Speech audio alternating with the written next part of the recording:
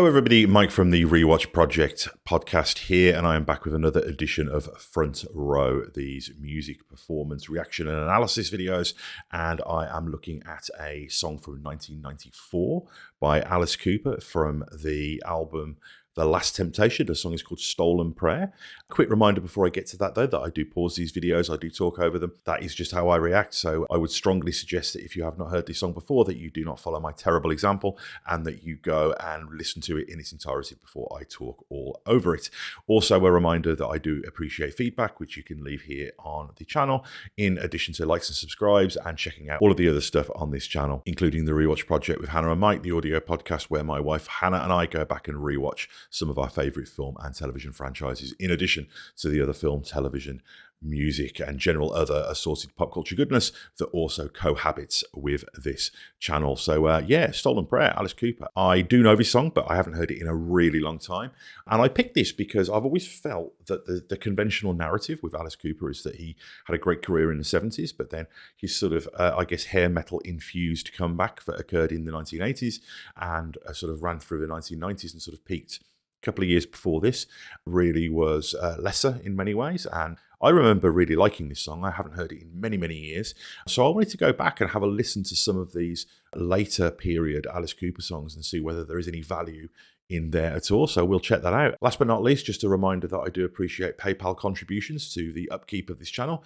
But as always, would say that please do not contribute if doing so would cause you any financial hardship. So yeah, let's take a listen to this. Worth mentioning, the song was co-written by Chris Cornell, who also provides backing vocals on the chorus. So yeah, let's take a listen, see if this is any good, see how this is aged and sounds in 2024.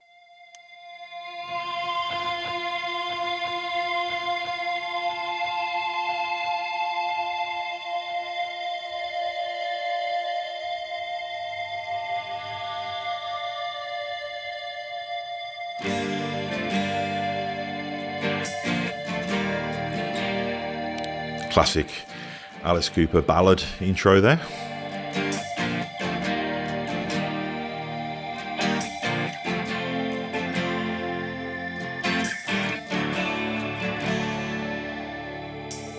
I walk the streets alone, with feeble bones I ride.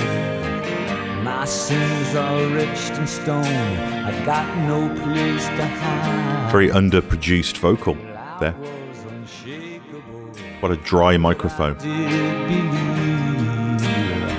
I feel so breakable, but have I been deceived? It's going to kick in a bit here. You showed me your paradise and your carnival of soul. Great escalation of vocals there from Alice. Keeps telling me that ain't the place to go.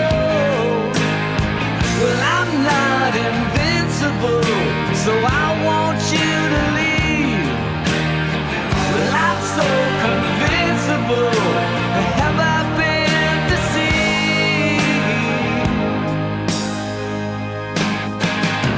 Listen out for Cornell in the background here. Try 'em all. You tell me one size fits us all. Nice. Well, tell me why I'm so afraid.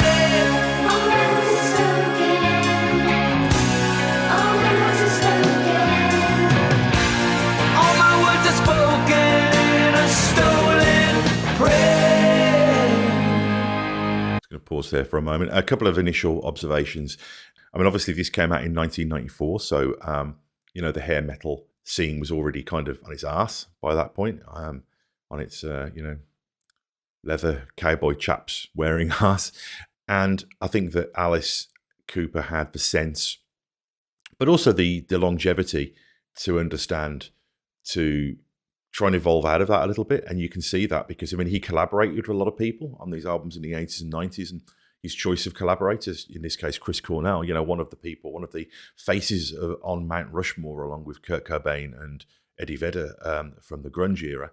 But also, you know, you can see the imagery on the album cover here. It's got that Dave McKean sort of Sandman aesthetic, you know, which was also very much associated with, you know, the industrial kind of goth metal of Nine Inch Nails and Marilyn Manson at the time as well, who, you know, both were to some degree or another influenced by Alice Cooper. So I guess he was kind of cashing in a few of those 70s cred chips.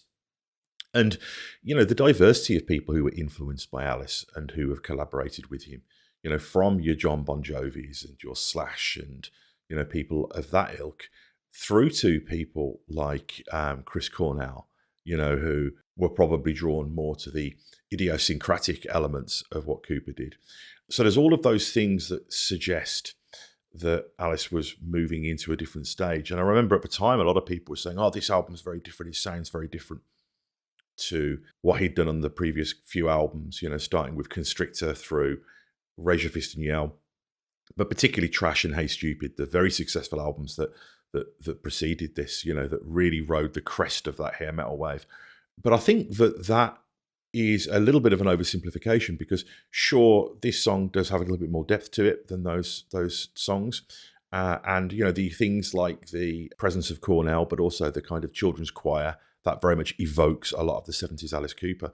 But when it comes down to it, this isn't that dissimilar to songs like Hell Is Living Without You and Only My Heart Talking and Burning Our Bed and Might As Well Be on Mars and some of those big ballads on the preceding albums, really, when you break it down and give it a good listen. But at the same time, the production is a little bit rawer. There's less echo on the vocals.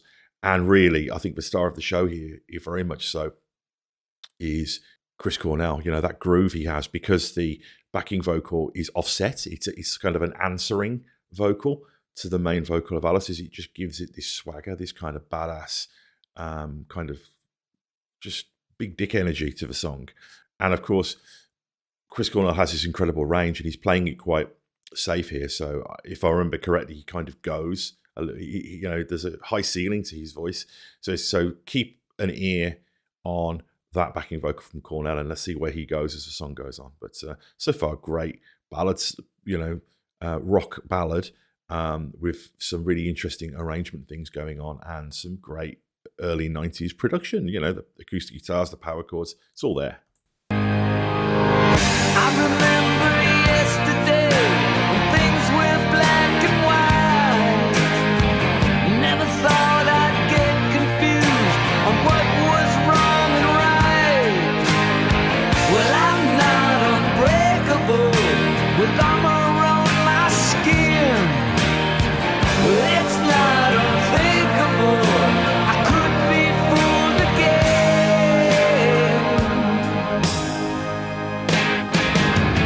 I take your words and try 'em on. You tell So good. me one size fits us all. Well, tell me why I'm so afraid. Yeah, this section here feels very classic Alice, concept album Alice. Stolen prey.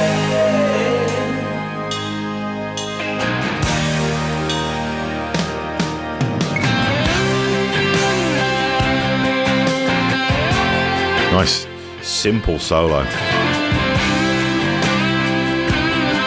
Still has a little bit of the hair about it.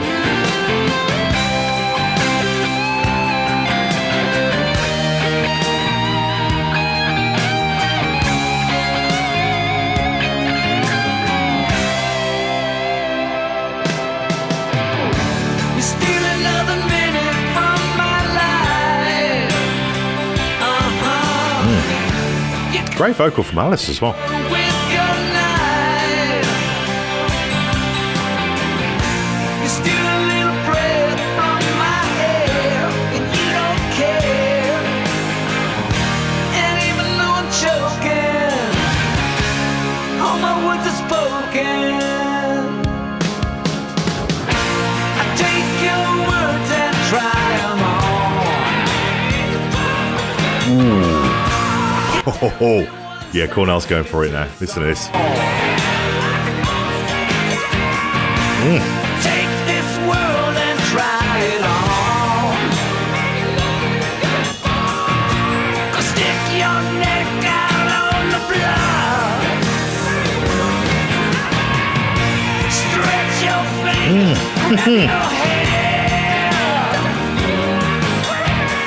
Love it. Feel the blood rush from your face. Now I'm down on my knees. All my words are spoken. All my words are spoken. All my words are spoken. All my words are spoken. All my words are spoken in a stolen prayer.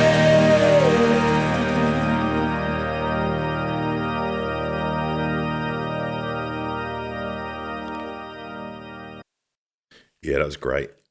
Really stands up. Still sounds, the production sounds great today. And, you know, it's that offset. I mean, I can almost, in my mind's eye, I can almost see like Cornell kind of just sort of sloping around in the background while I was performing the song and just slowly making his way towards the front of the stage as his vocals kind of escalate. And like I said, the understanding of dynamics in this song. And I'd say that this it's probably a bit reductive to say that this is a ballad, because I think that there is a little bit more substance in this than, you know, the pure love ballads that you would get on the albums before it. But really, it is very much in that style. And on those earlier ballads, that Cooper always had a great sense of dynamics. He always understood that you've got to start here so you can go there. And I think that Cornell definitely gets that as well, both in the writing that he did on this song, but also how each chorus he does. You know, I mean, he only has like a handful of lines in the entire song, but he uses every one of them dynamically to build and build and build. So by the end of it, he's just wailing and just creating this real badass kind of vibe to the song. So yeah, that stood up every bit as much as I expected it to. And let me know what to cover next. I mean, because I really feel that this era of Alice Cooper and Alice Cooper's career in general is very underrated. I think people think about the showmanship element of it, which is great. But there's a real body of work there, and it's a body of work that I've not gone back and listened to since my youth, really. But I've just sort of been casting my mind back about how strong and how the longevity and the quality of a lot of the material that he's put out. I'm really curious to go back and listen to more of it and analyze it and experience it and enjoy it again and just see what stands up and what doesn't, and provide it maybe a little bit more context for that. So yeah, let me know what to cover next. If there's any other artists you'd like me to cover, do check out the Rewatch Project with Hannah and Mike, the audio podcast that shares his feed in addition to the other film, TV and music stuff that also co-inhabits here. Very much appreciate feedback. So yeah, let me know what you think. Let me know what your thoughts are on this song and this album and this era in general. So yeah, I'll be back soon with another reaction. I look forward to seeing you then. Bye-bye.